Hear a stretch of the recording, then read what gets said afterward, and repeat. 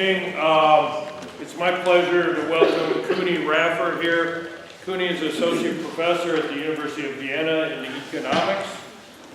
He's just been at University of Texas for a couple days on a conference on the debt crises in Europe and Latin America.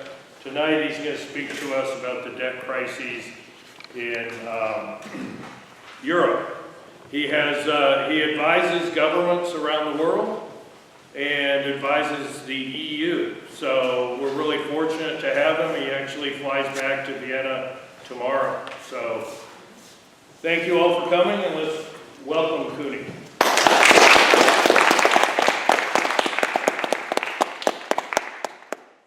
Thank you very much. Thank you for inviting me. It really is a pleasure, and thank you for your hospitality. Now coming to the not so nice part of the evening, talking about debt crises. As you see, it is a crisis, not crisis, because in my view there is not one European debt crisis, but there are more than one, and we are going to see why. The whole thing, it's coming. The whole thing, the Euro crisis or crises, are enshrouded in myths. Myth about what has happened. Myth one is that crisis in the singular is a misnomer. The euro has never been in danger. Because at the beginning, when things started in Greece, it was said that we have to save the euro, we have to bail out Greece, so if you don't do this, the whole thing will crumble.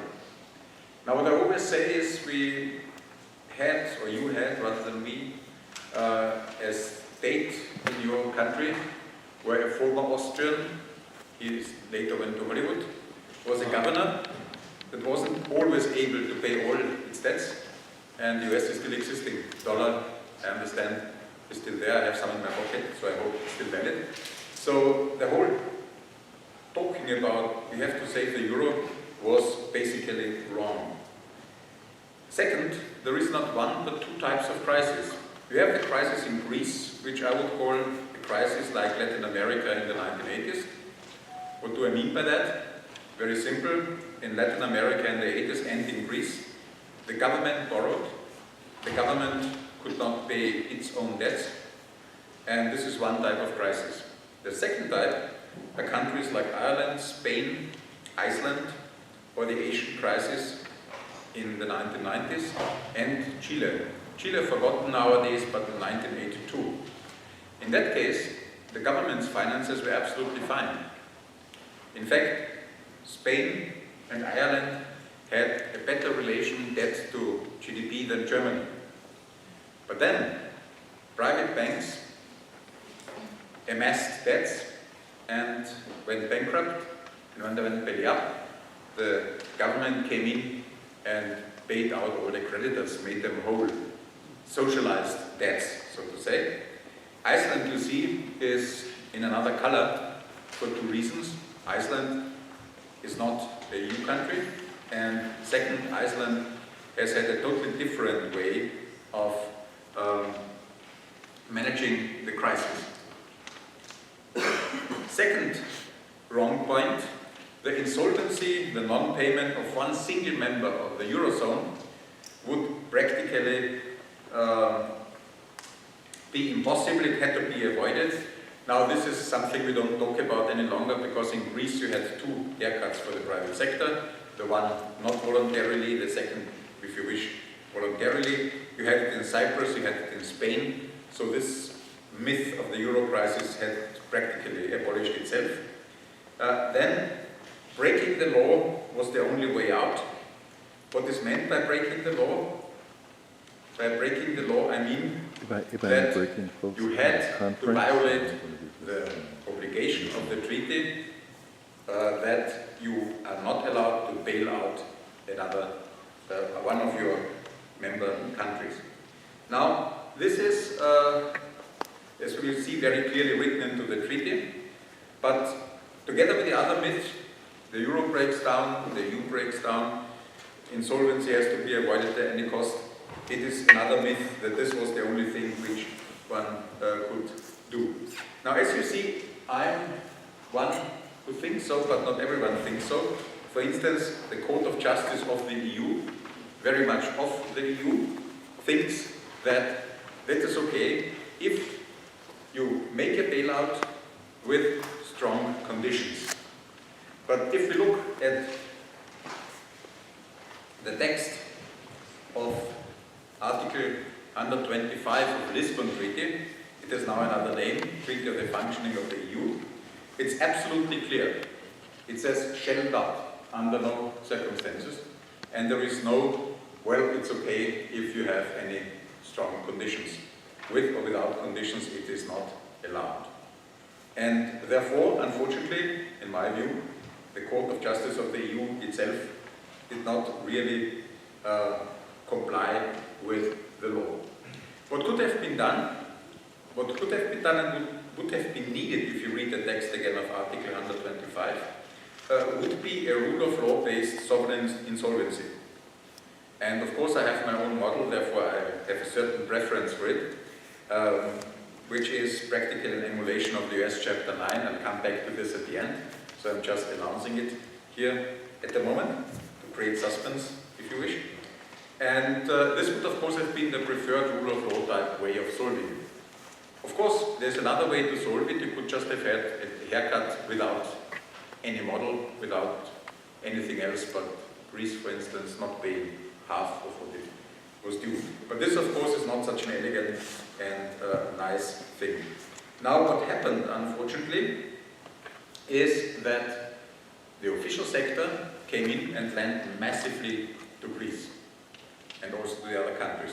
But Greece is an especially clear example. When the crisis started in Greece, the country had 120% debt GDP, the ratio, roughly.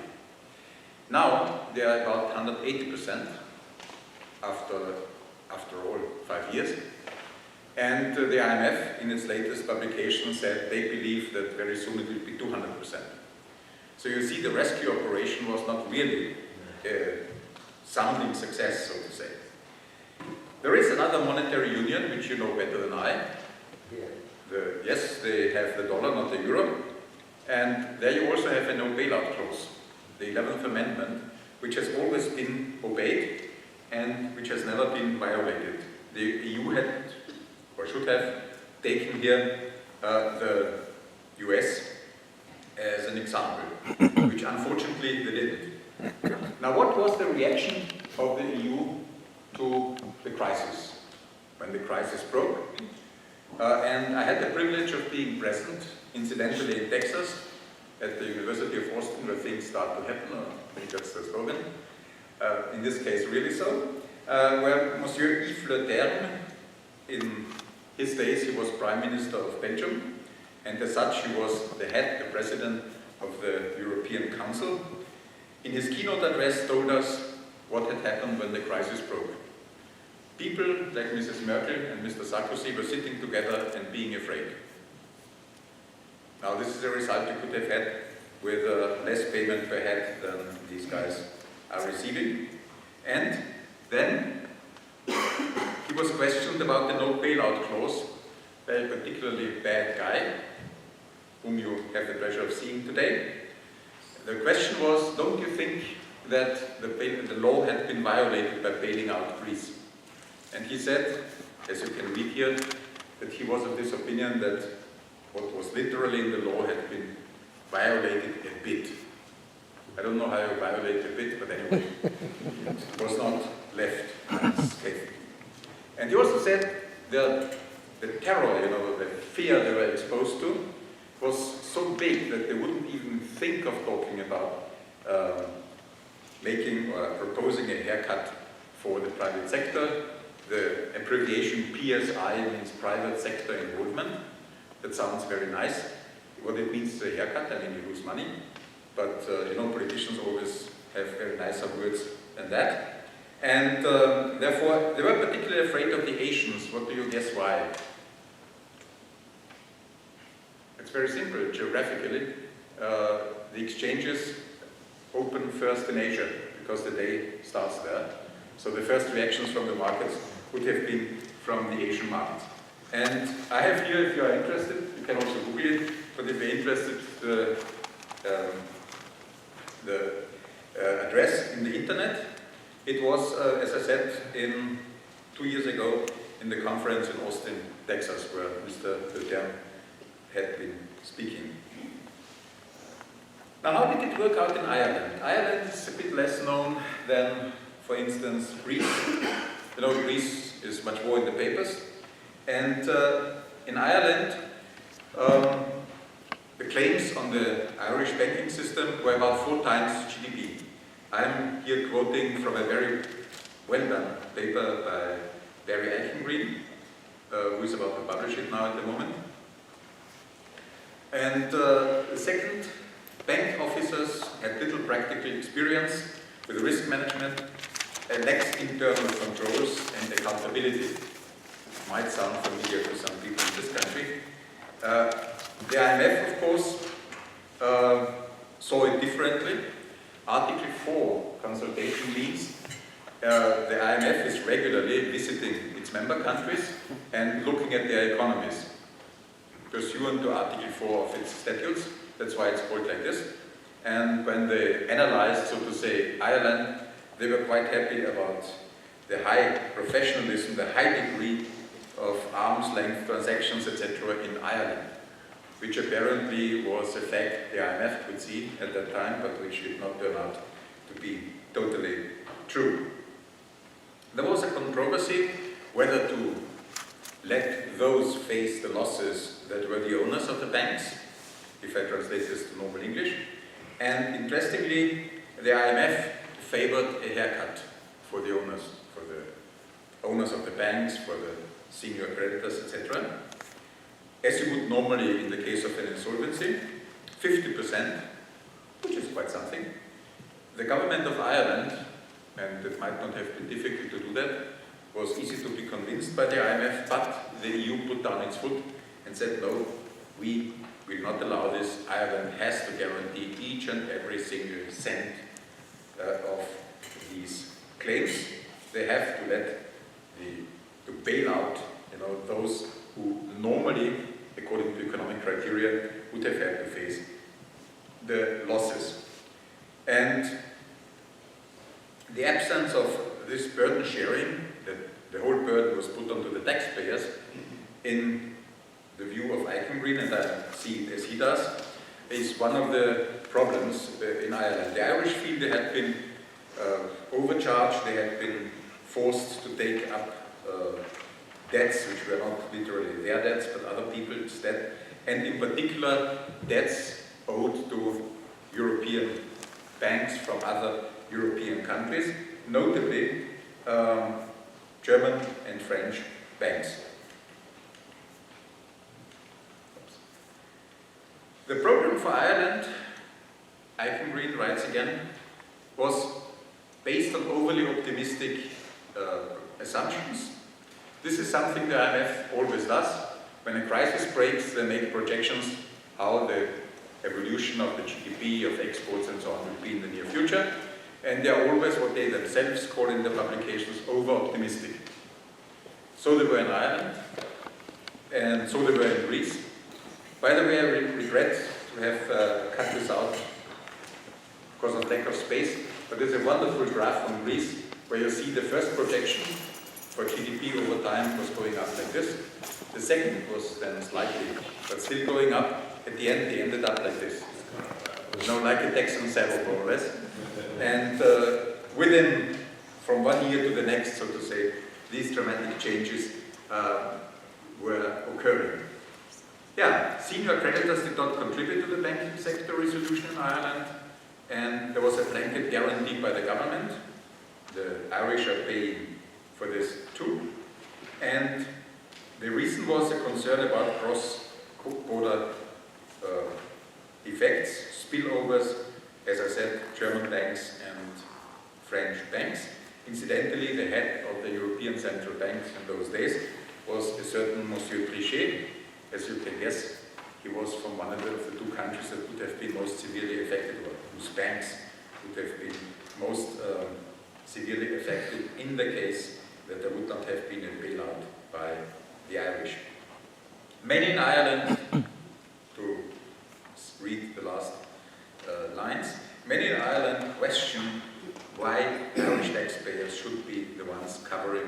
the costs of addressing the euro crisis, and I think it is understandable that they are unhappy about this.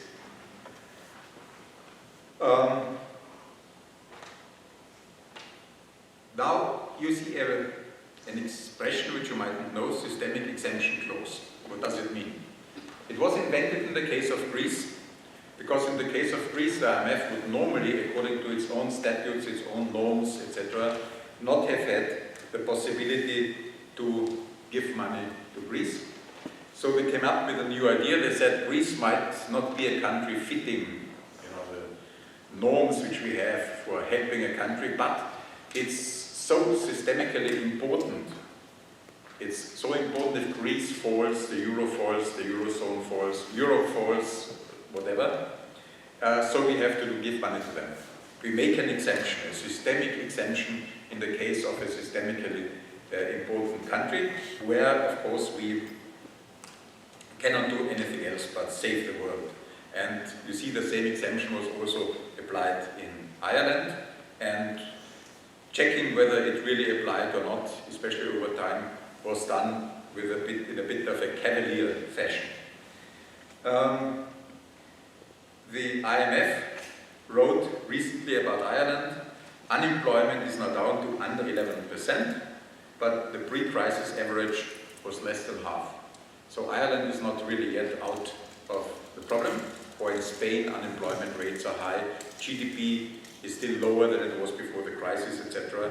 And any narrative in Europe about the crisis being over in these countries is at least to be doubted, I would say, or you have to be very cautious and skeptical about that. Now, as you see, the excessive deficit procedure is a procedure where you have to agree with Brussels, so to say, with the EU, how to run your budget. Ireland has come out of this yoke, if you wish, but as the IMF itself warns, the crisis might still not be over. It looks better now than it looked, but the crisis is still bending. I have here a quote from a colleague from Ireland who gives a picture as he sees it with the data in Ireland, and you see the situation hasn't really developed in a way that you would say, okay, the crisis is clearly over, we have at least made up the territory we lost. It is rather not like this. Now, you might think, well, the EU, like in Ireland or in Spain, would always wish to help the big guys, the big investors, and little guys would have to pick up the bill. In Spain, this was not so. In Spain, in Cyprus, small investors, normal savers were losing too, but in Spain, with an interesting special treat. Institutional investors, big investors, were allowed to trade, to sell their papers 3 days earlier than the rest. Now, of course, people who know to read and write could see, okay, trading has started, went to the banks and said, I want to sell mine too. But the bank would say, no, you are just not a big trader, you are not an institutional investor, you're a little guy, you have to wait until Friday. And when they were able to sell, they had lost something like half or even more than half of the worth of the traded paper, whereas the big ones who could sell in advance of that came out again in a much better way.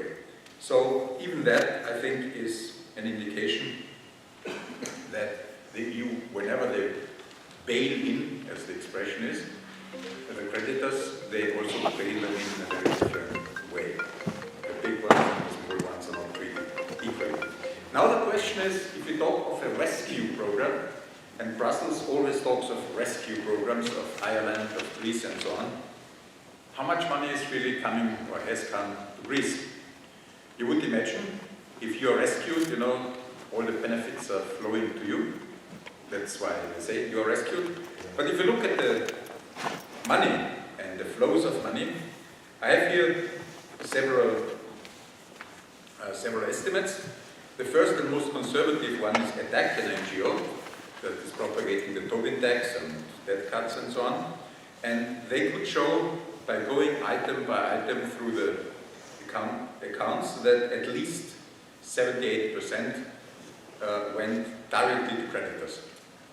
Now there are other ones. Varoufakis, I think I have to say who he is, said more than 90% went directly, again, especially French and German banks, some British banks too. And in the Washington Post, 11% went to Greece. So you see, the money that was freely flowing into the country in a quite, a great flow, did not really go to the Greek. It was practically going directly to the banks that were bailed out in violation of the Maastricht Treaty. And I'm citing FT, the Financial Times. You know, the Financial Times is a rather not too radical newspaper, if I may say that. And they talked of Greece as a slave economy that's being operated for the benefit of creditors.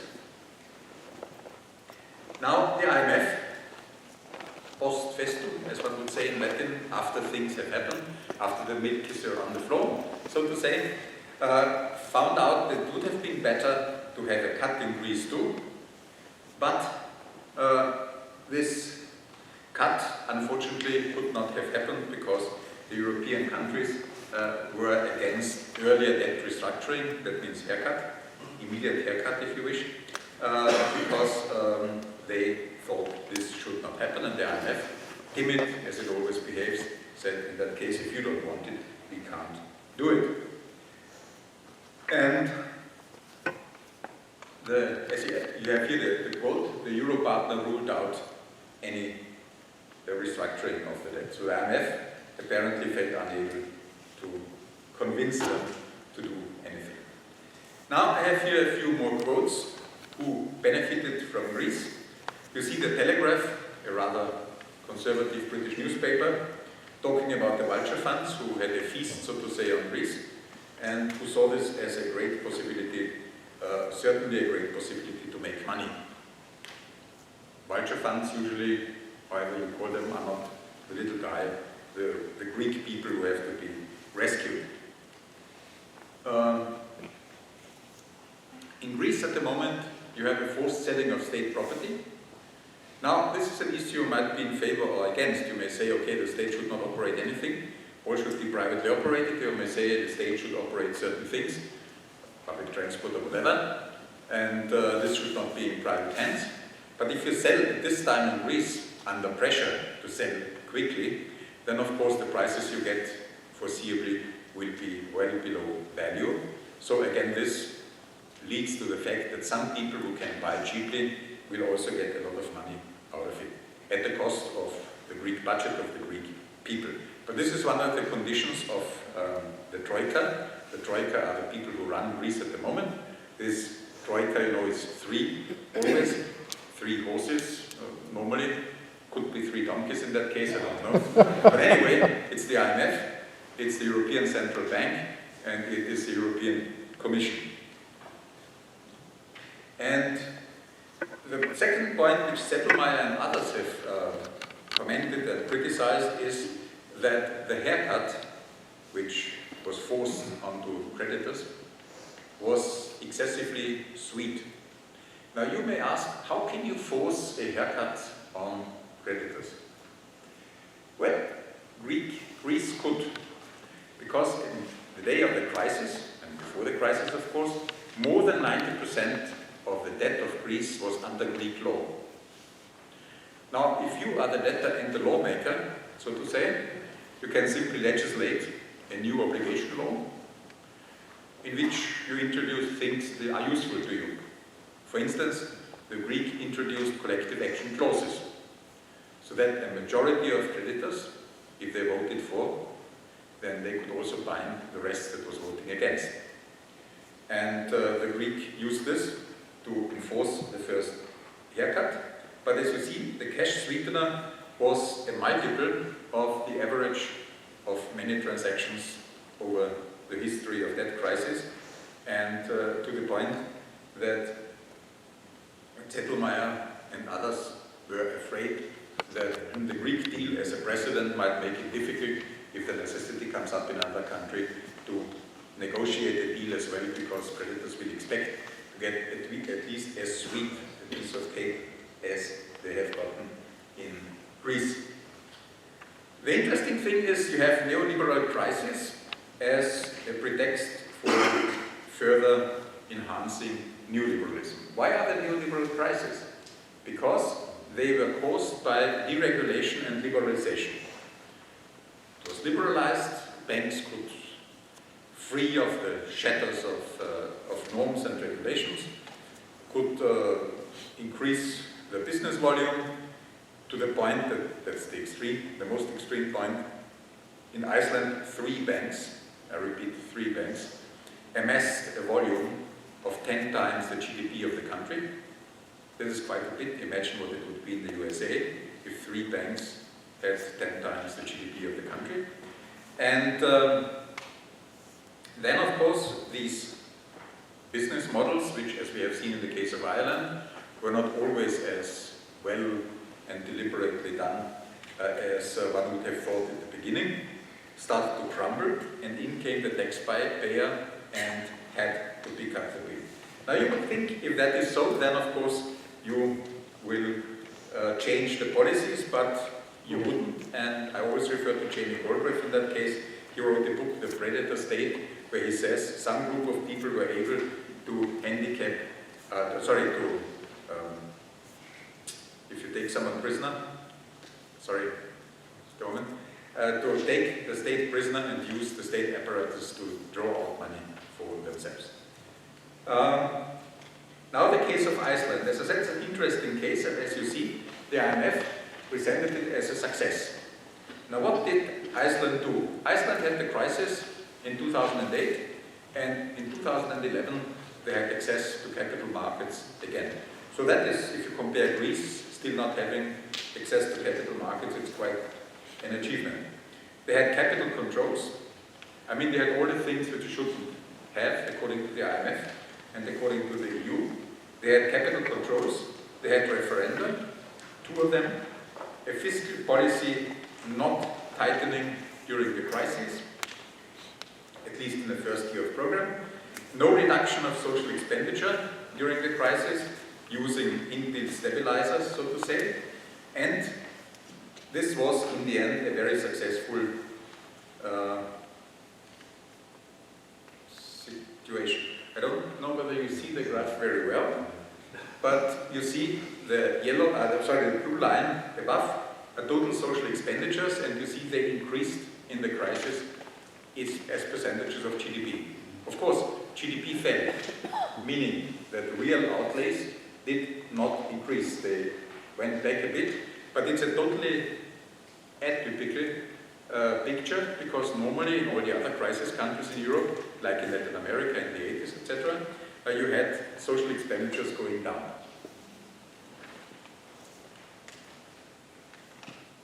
Public health expenditure, to give an example, between 2008 and 2012 went from 7.22% of GDP to 6.99% of GDP.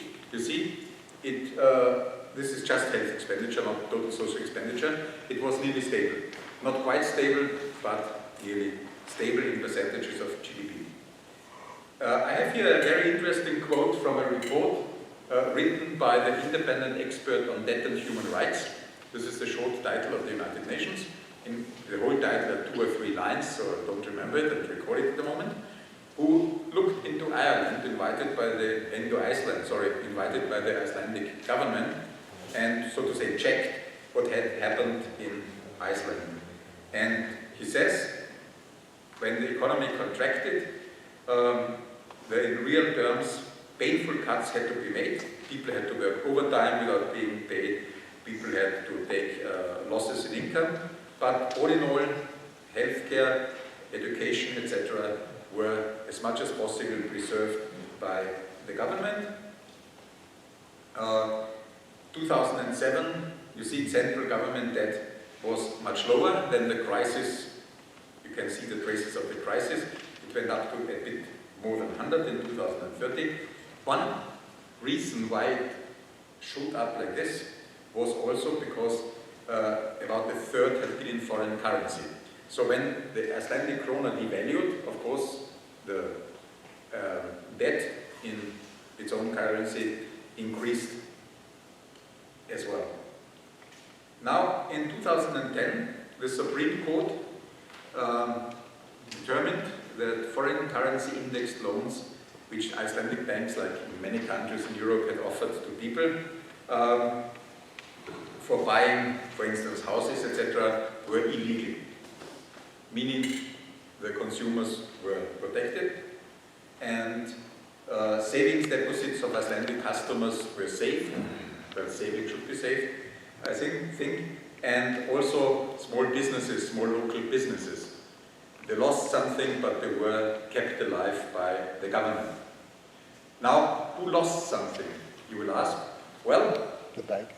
They took the three banks, separated them, each of them, into a domestic sector, so to say, which had Icelandic customers, clients, and in the foreign sector, which was the sector that amassed this huge volume of transactions, basically with foreigners, especially British and Dutch foreigners. And while the domestic part was saved, there was a new bank we put there, the part of the claims of the foreigners were just not paid. Because it was not the debt of the government, it was no default. It was the debt of the banks. And the banks, they had gone belly up, so that was it. And this is also totally different from the situation in Ireland, as we have seen. Ireland and Iceland is a big difference. They even had an institution called welfare watch, that was looking whether welfare was deteriorating too much, was advising the state what to do against it. And what I like in particular is this quote from the speech of the President of Ireland, which he gave in Geneva at UNCTAD, where he said, basically, there is a question, what should prevail in a democracy if a conflict of interest arises, the interests of financial sector or the will of the people? Now, to him, this was not a question like the first question, should you pick up the bill for the speculation of your private banks? Now, very quickly, because I'm already running over time otherwise, what is the emulation of Chapter 9, the Raffer proposal, which I advertised already? First, you have some kind of insolvency procedure, and the role of the court would have to be taken over by an impartial arbitration panel, or a court of arbitration, which would be rule of law conform. Chapter 9 in the US is of course not for sovereigns, as any lawyer will tell you, but it is for municipalities, meaning debtors that have governmental powers. So the same problem comes up which you have with a sovereign state. To what extent can the court or could creditors intervene into the governmental sphere of the debtor? And the answer the Americans give is very clear. Paragraph 904 says not at all. The court depends on the volition of the debtor and cannot go beyond that. Protecting debtors and democracy by protecting certain essential social expenditures, as was done in Iceland, I might say. A right to be heard of the people, of course by representation in the country, so that they can voice their view about the deals which the government is making with the creditors. Fair and equal treatment of all creditors. This is the point that makes me in particular popular with the EU and the IMF, because what it really means is no illegal preferential treatment of the official sector. The IMF, the European Central Bank, whoever would have to suffer the same haircuts as the private sector. All creditors treated equally. For the official sector and official sector creditors, this is too much of equality and makes me so popular, therefore. I think that this open process would lead to an improved sustainability, and I'm not going into the optional point, it's a bit technical, but I just usually mention it. If you wish, we can go into it during the discussion. Now, I am ending with a quote from Paul Krugman. Paul Krugman, as you see, wrote it for one particular country which also participated in the European debt crisis, Cyprus. And he means and writes that it would be nice if political decision makers could actually learn. And I cannot but agree with him. It would be nice. The problem is, would they learn? And here I'm a bit skeptical, but he isn't too positive either, if you read the quote. Thank you.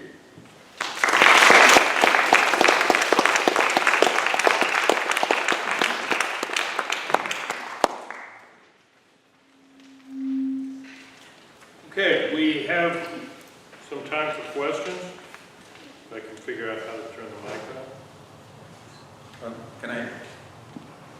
I've been told. Okay. Yes, I've been told. Good. This is on. There we go. Okay. It's nice and useful. Do we have any questions? I'll take it. You'll be next, Jeff. I can speak loud. Can you hear me? I think the mic is coming. Okay. The quote about how far should state go to bail out these private banks. So to bring it back to America for all of our students, isn't that in fact this idea of socializing private losses? Isn't that what we did in 2008 when we passed a trillion dollar bank bailout where our tax dollars are going to use to pay off these private banks? And do you think that was a good idea, or was it true that they were too big to fail? Well, I think, I'll go back to that. I think no one is in the end too big to. There are mechanisms what you can do.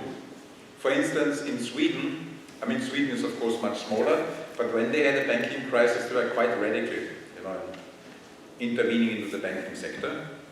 But nevertheless, and at the peril of making myself unpopular, I think the TARP which you had was much better than what the EU did, because the TARP earned profits for the Treasury. The European programs earned no profits for our treasuries, for our Ministry of Finance. So I think, all in all, the American way of attacking the problem, there are points which one might criticize, was much better than what the Europeans did. Much better. There are weak points too. For instance, I think the moment was not used to be able to introduce more control of the banking sector, and the banks nowadays are practically behaving as they had before the crisis. So there are some things, but from the purely financial point of view, I would be happy if we had had a troubled asset relief program instead of what we have. I'd like you to compare what you think would have happened had Greece taken the same action as Iceland did and said, no, we're not going to stay in the EU, we're going to go out the way Iceland did. No, you see, there are 2 points which are not connected. First, if you go bankrupt, you can still in the EU. If you go Bankrupt, you can still stay in the EU. all right. In fact, Greece is not only a member of the EU, but also of the Eurozone, having the common currency. And the wonderful thing from this point of view, if you wish, and the Greek wish to stay in the Eurozone, that's from right to left, there's a unanimous belief that they have to stay, or they would like to stay in the Eurozone, you cannot be excluded. It's a bit like, a class where in whichever way someone misbehaves, you can't kick him out. Because when they wrote the treaties, they had no clause that would allow you to kick one member country of the Eurozone out. So, going into bankruptcy or not paying maybe a so-called unilateral offer, like for instance Iceland or like for instance Argentina, would have been possible. They would have had less debt, they would be viable, and it would have been better for practically anything. In April 2010, the then chief economist of the Deutsche Bank co-authored a paper in which he proposed Greece 50% of debt to go. The rest of the 50%, economists call this a trade-off, has to be guaranteed by the public sector so that the banks wouldn't lose additionally further money. And the authors were very clear. They didn't say the Eurozone members, but they said those members that can afford to do it. In those days, France and Germany. I mean, a very clear and down-to-earth point. And if that had been implemented, for instance, that would have meant Greece would have had 60% debt to GDP. They could have managed it. And the private sector would have lost 50%. In the actual haircut, they lost more. Now, the estimates vary, but no estimate is below 55. So it would have been better for Greece too. For nearly anyone, it would have been better. Politicians, of course, that gained in importance, the Troika, that's becoming important in Greece, and a couple of vulture funds, but for all the rest, it would have been better off. And of course, if they had had the proper insolvency procedure as I propose it, it might have been only 40% loss, and Greece would have been afloat. So, this way or that way, what was chosen to do by the EU, under fear, as Mr. Leterme said, was the worst possible choice to do. So I have a question for you. Would the U.S. benefit from Iceland's recovery plan? What do you mean with Iceland recovery plan? Primarily dealing with the banking situation. I mean, do you think our banking, do you think its reach is too far? Well, it's very simple. They said we are not going to pick up the debts of our banks towards foreigners. The first thing which the president said, should the people pick up the debts of the private banks? And the answer was no. There were 2 referenda in Iceland, and on both occasions the people said no. So Iceland said, we're not going to pay. They paid a bit, very little, but basically they didn't pay. There was a huge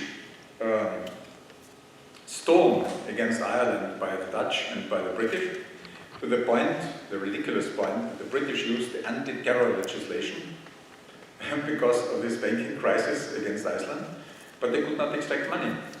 And the Court of the European Free Trade Association, of which Iceland is also a member, like the EU countries, but Iceland, as you know, is not a member of the EU, they found that Iceland was absolutely justified, had the right not to pay the British and the Dutch. Because, just a moment, the point was, of course, these banks had established their own daughter firm, so to say, in the Netherlands and in Britain.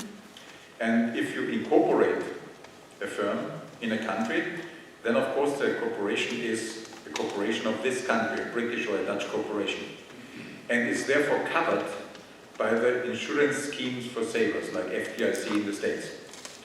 So what happened was the British paid an officially British company, or the victims of an officially British company, the money that was due to them, and the same in the Netherlands. And then they turned to Iceland and said, now give us please this money back. And Iceland said, no, why should I? And they were able to persevere and to be given right by in this arbitration process. My question is that you have really, it seems like in a place like Greece, for example, a whole generation of people who are going to have their lives, or have had their lives destroyed. And that last quote that you have up there from Krugman was very interesting to me.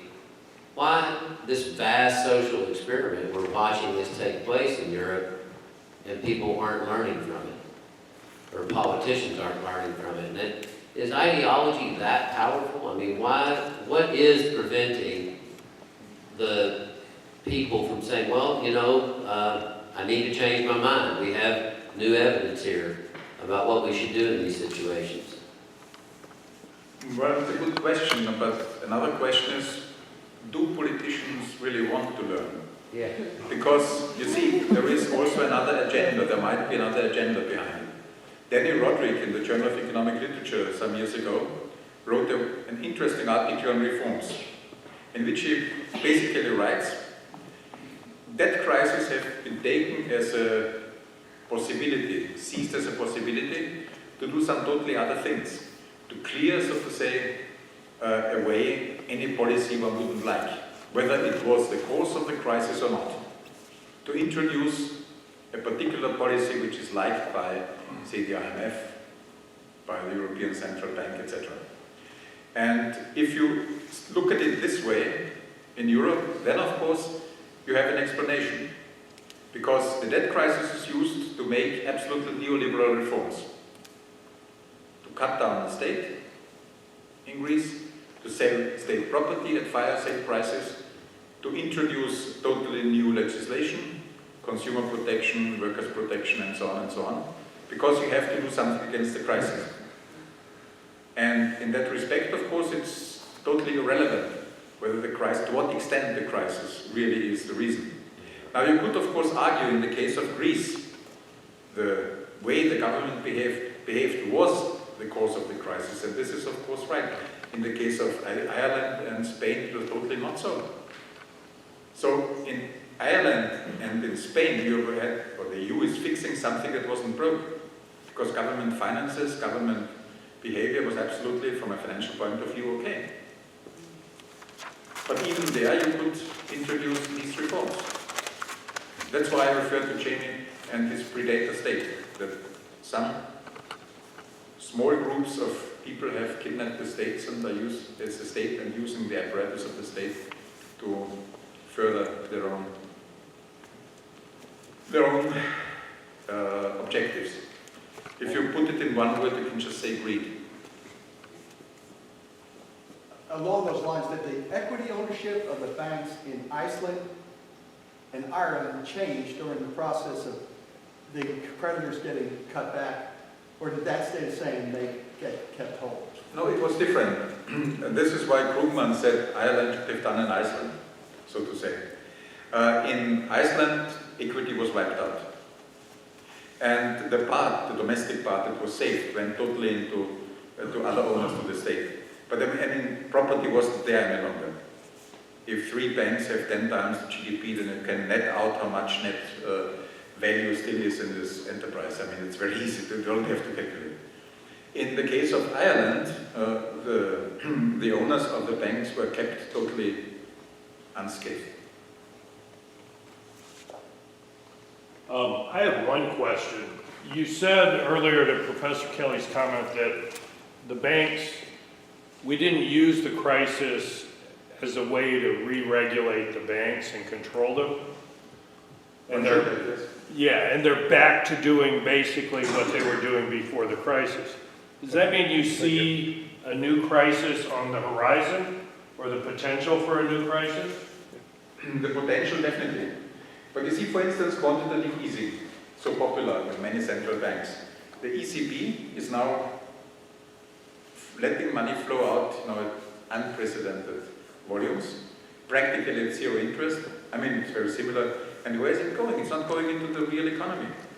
Banks use it to speculate again, to play games in the derivatives markets, etc. So, as it was before the crisis. So how long do you think it'll take for another crisis? That's difficult to say, but if we are lucky, there might not be another crisis, but the potential is rather dangerous. I'd say that we would see another crisis. Could be.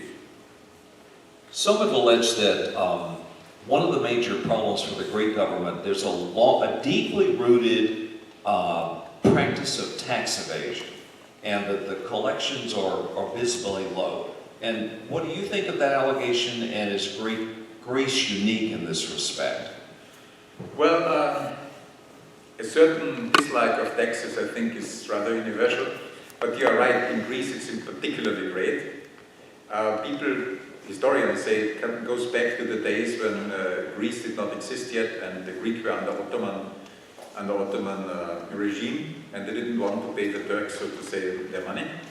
But anyway, it's very strong in Greece. You have some extra, chocolates, so to say. For instance, ship owners are not supposed to pay taxes according to the constitution, meaning that cannot be changed very easily.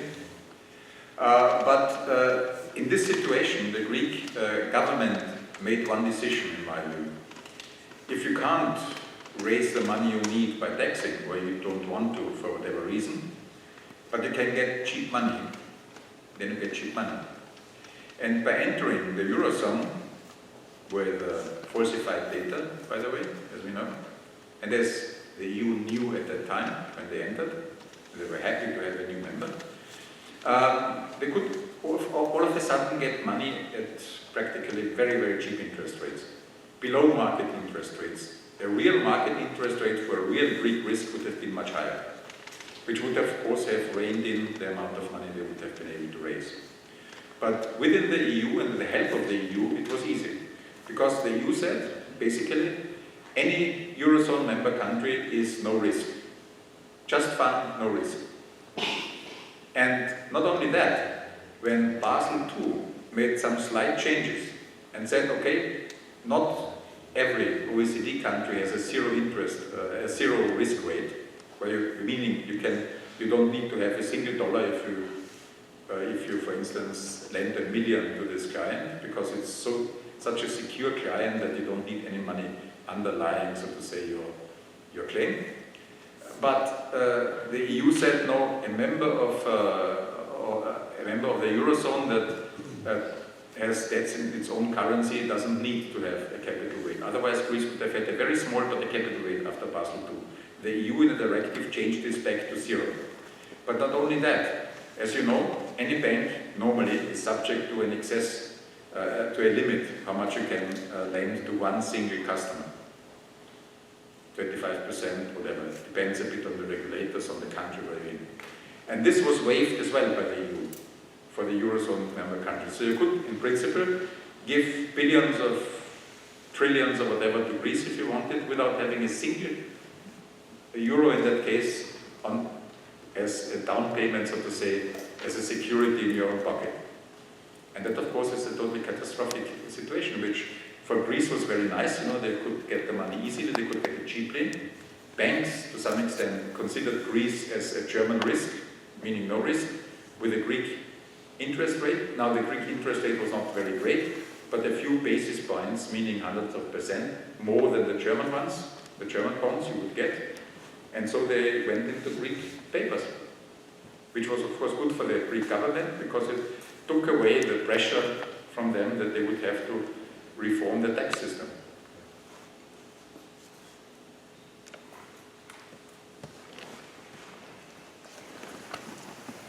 I wanted your kind of opinion on this joke that came across. It was that a young man visits the Australian consulate, consulate in Athens.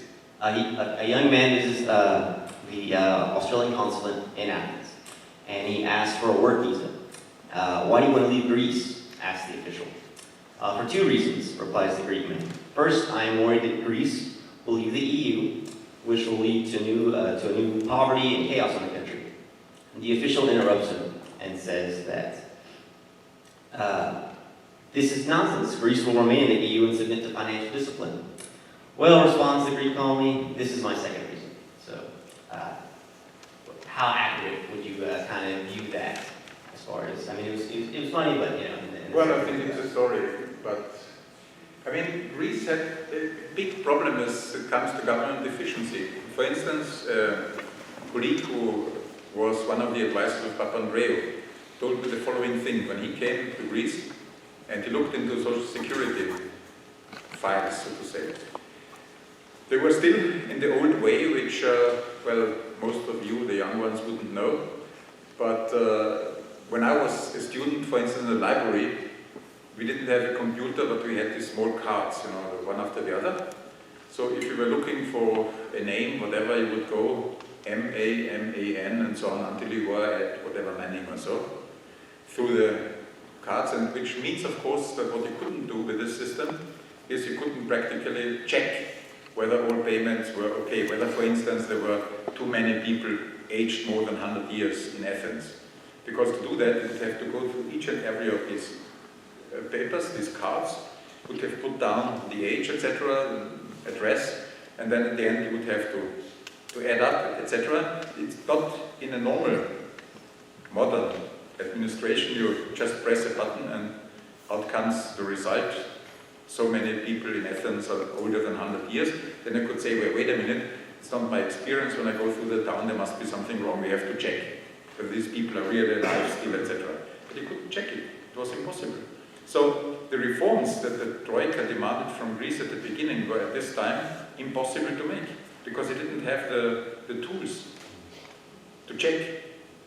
I mean, you can check, of course, with the card system too, but till you have checked everything, you are dead, probably. Definitely retired, if you are young when you start.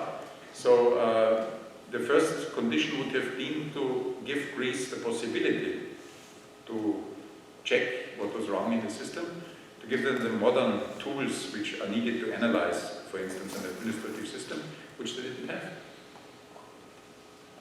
And what then followed were the cuts, including cuts, for instance, with those people who were chasing people who didn't pay their taxes.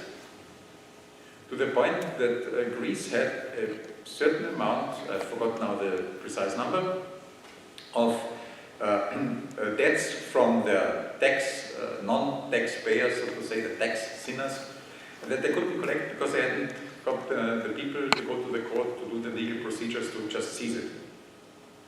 And this, of course, is a very counterproductive thing.